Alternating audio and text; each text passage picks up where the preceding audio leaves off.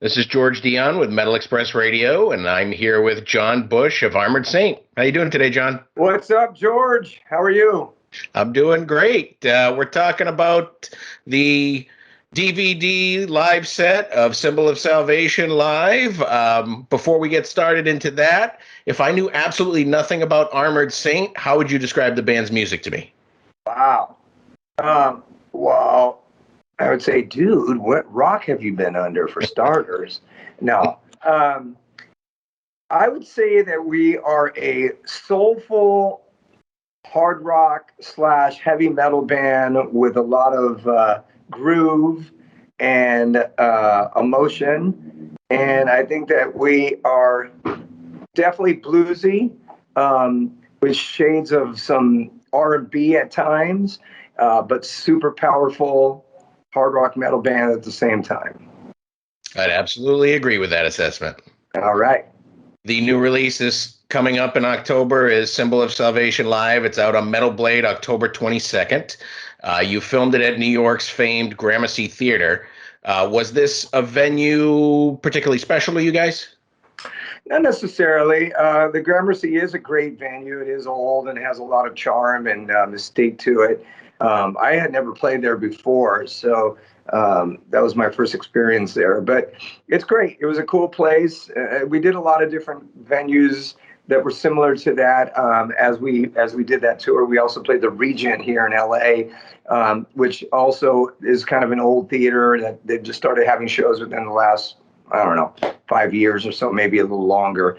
But it's in downtown, and it probably was non-existent for a while. But it's a great venue as well, and we played a lot of cool theaters that were around that same kind of size, anywhere from like 500 to 1,000 seat venues throughout the country, and the Gramercy was the one that, for some reason, everything kind of came together on that show, the video, the audio.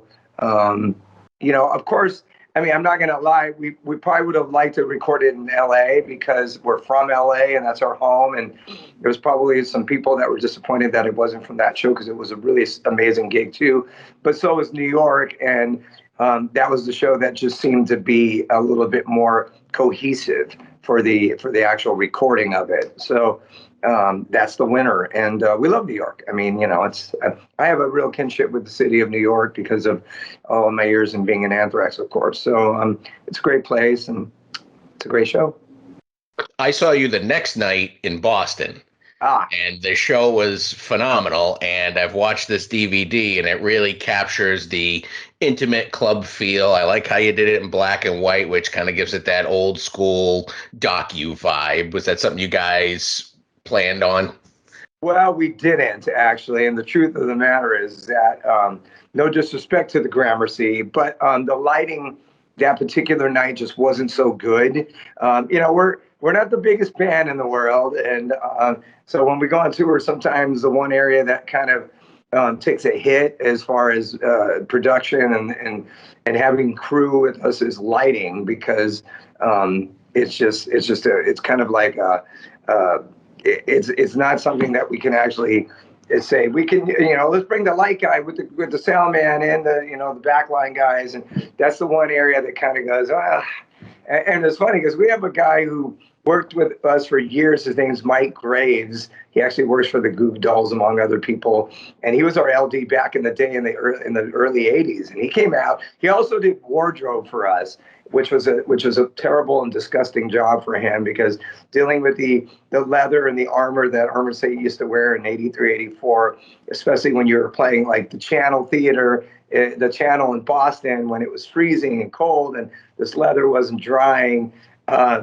It was a tough gig, and it was kind of a thankless gig for him. But he was also the LD. But my point is that we had him do two jobs, because LD, especially at that level, was just not enough, because that's just, like I said, it's the one area that kind of gets pushed back. So we didn't have our own LD.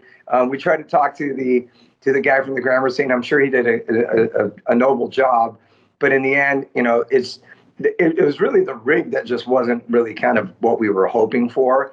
So then we said, well, I wonder how it would look in black and white. And we did like one cut of one song in black and white, and it looked awesome. And we're like, there it is. So it does give it that kind of old school, kind of 50s vibe to it. And I think it looks great, actually. It does kind of add an element of a little bit of class, actually. So Absolutely. Did you guys always intend on doing a release like this, or was this something because you couldn't tour this year? I think that was one part of our catalog that was missing. We put out a couple of DVDs through the years of a bunch of bootleg videos of ones that fans shot and who knows what, various things. But we never really had like a professional DVD of a whole performance. And I think that was the thing that we knew was kind of missing from our catalog, like I said. And so it wasn't our intention to do that. And then when we decided to do this Symbol of Salvation in its entirety tour, it made sense that it would be from that. So it came out great. I love it. It was a great tour, and to document it and to put it out as a whole concert, it's just fun. It shows the diversity of that record. It is a special record. It's kind of like our cornerstone album.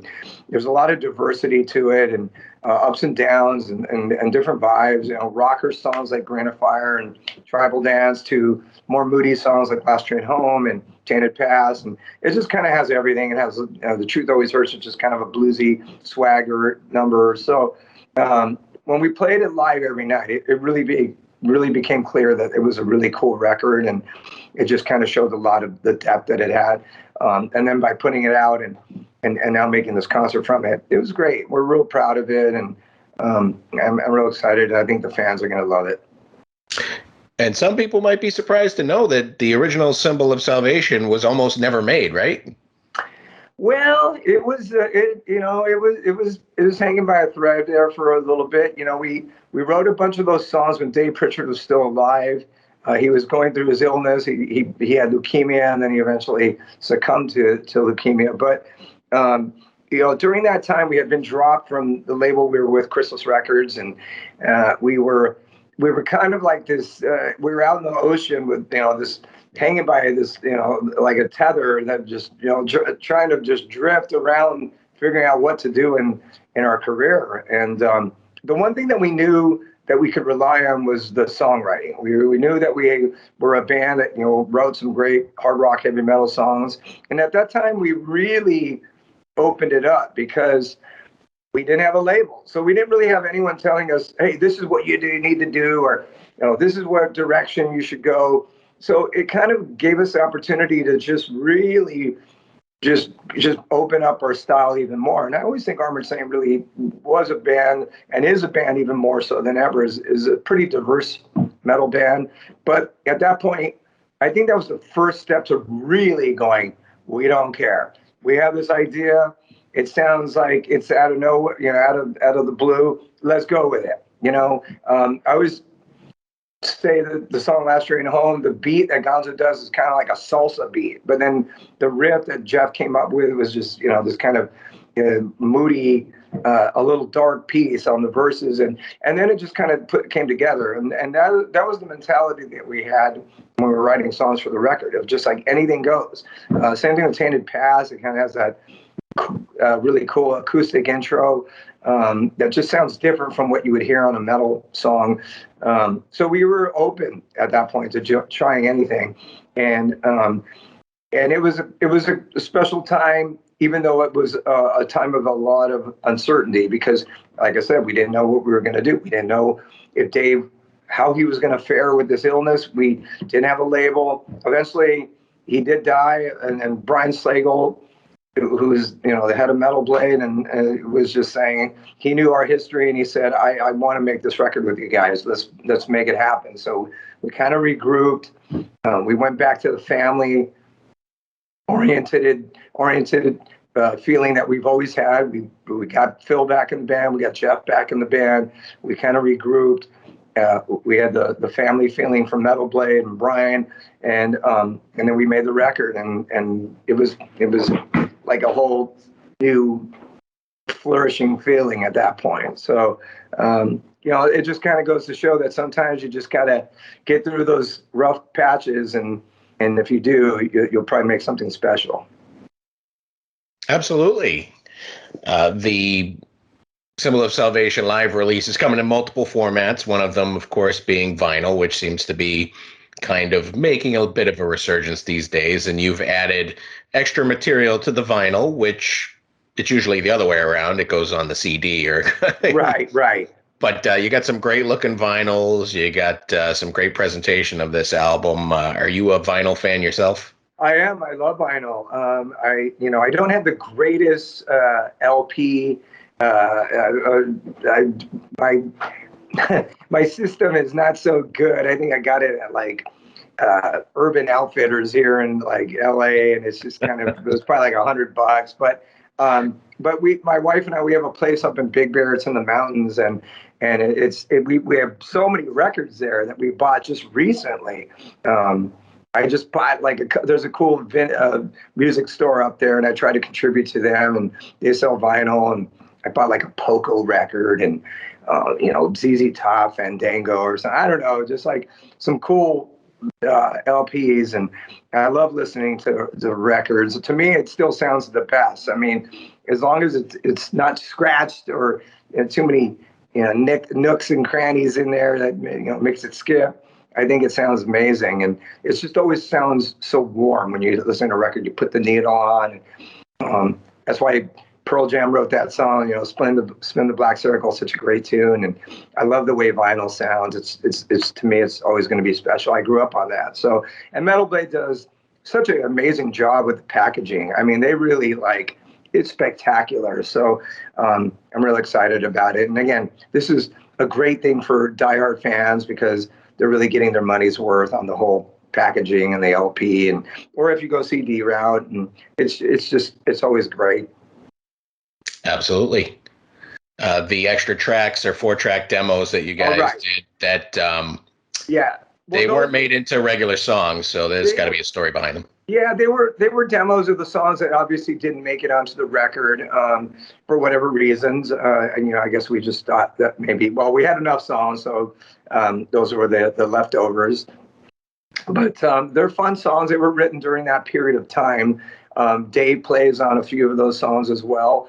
And so to have them on there, it's just kind of a connection to that time. It was probably around 89 to, it might even start in mid 88 when we started writing songs for that record, and up until the point where we, went into the studio and made that album. So it's kind of a time frame with those additional songs that didn't make it, but they still were written during that time. So it's cool. It's some of those songs they're a little funny to me because they sound a little immature at times to me, but to a diehard fan, people love that stuff, demos, things like that, bonus tracks that don't make records. People love that stuff. I love that stuff.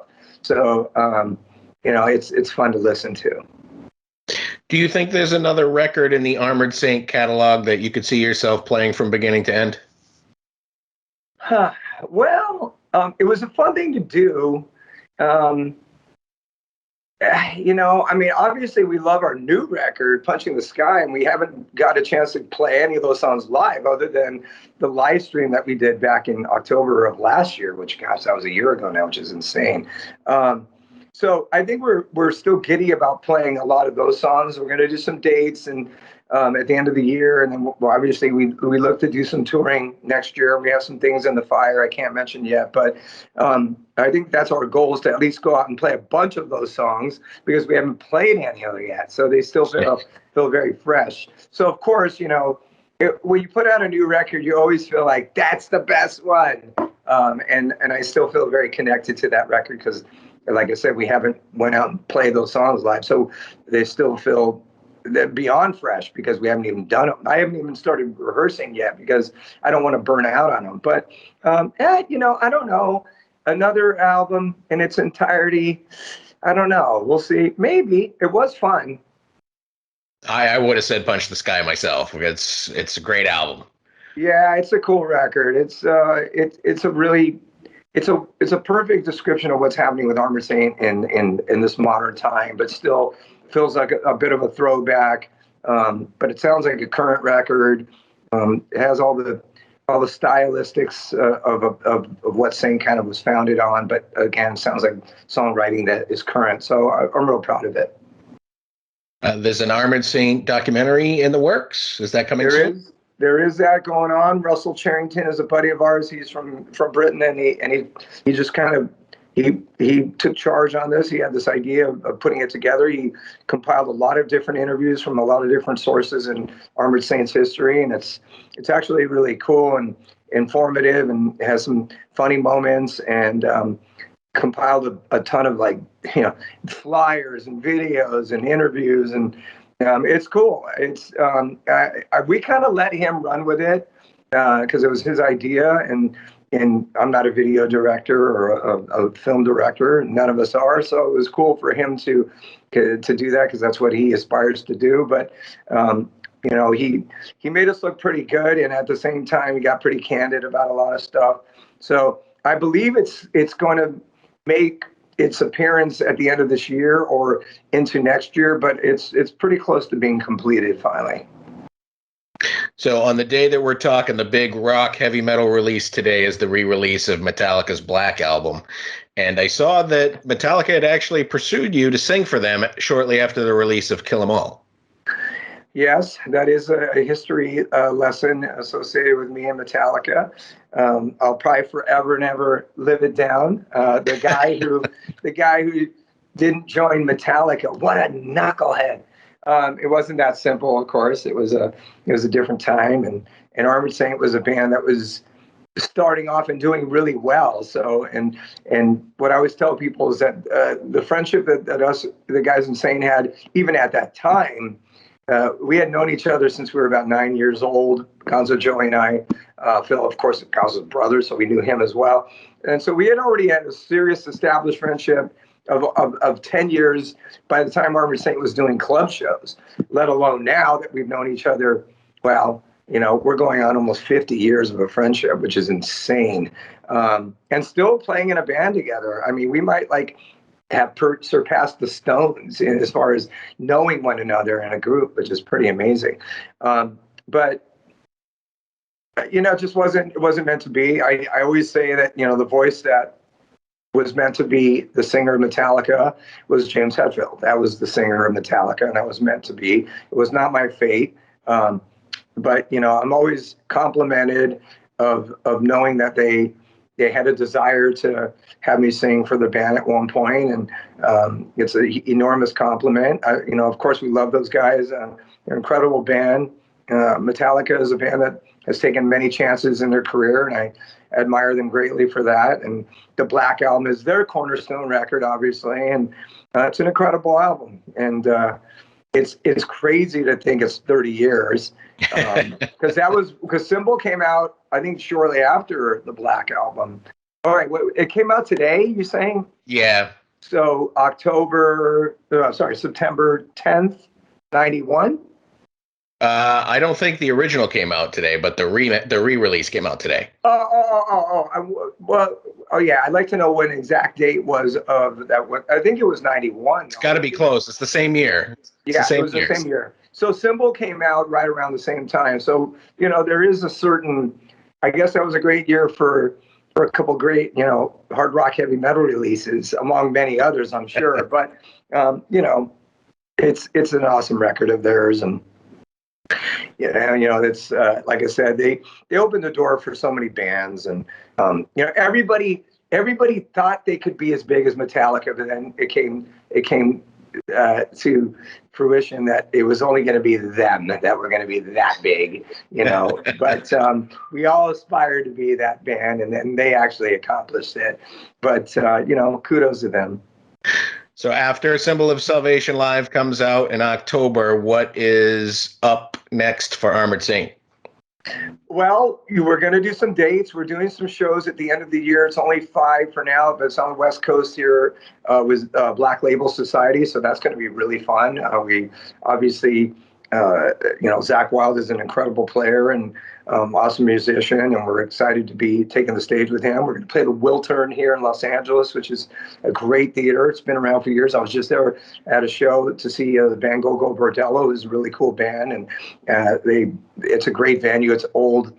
Been there since probably the 30s. So, and I've been to many shows there, but I've never played it. So I'm real excited about that.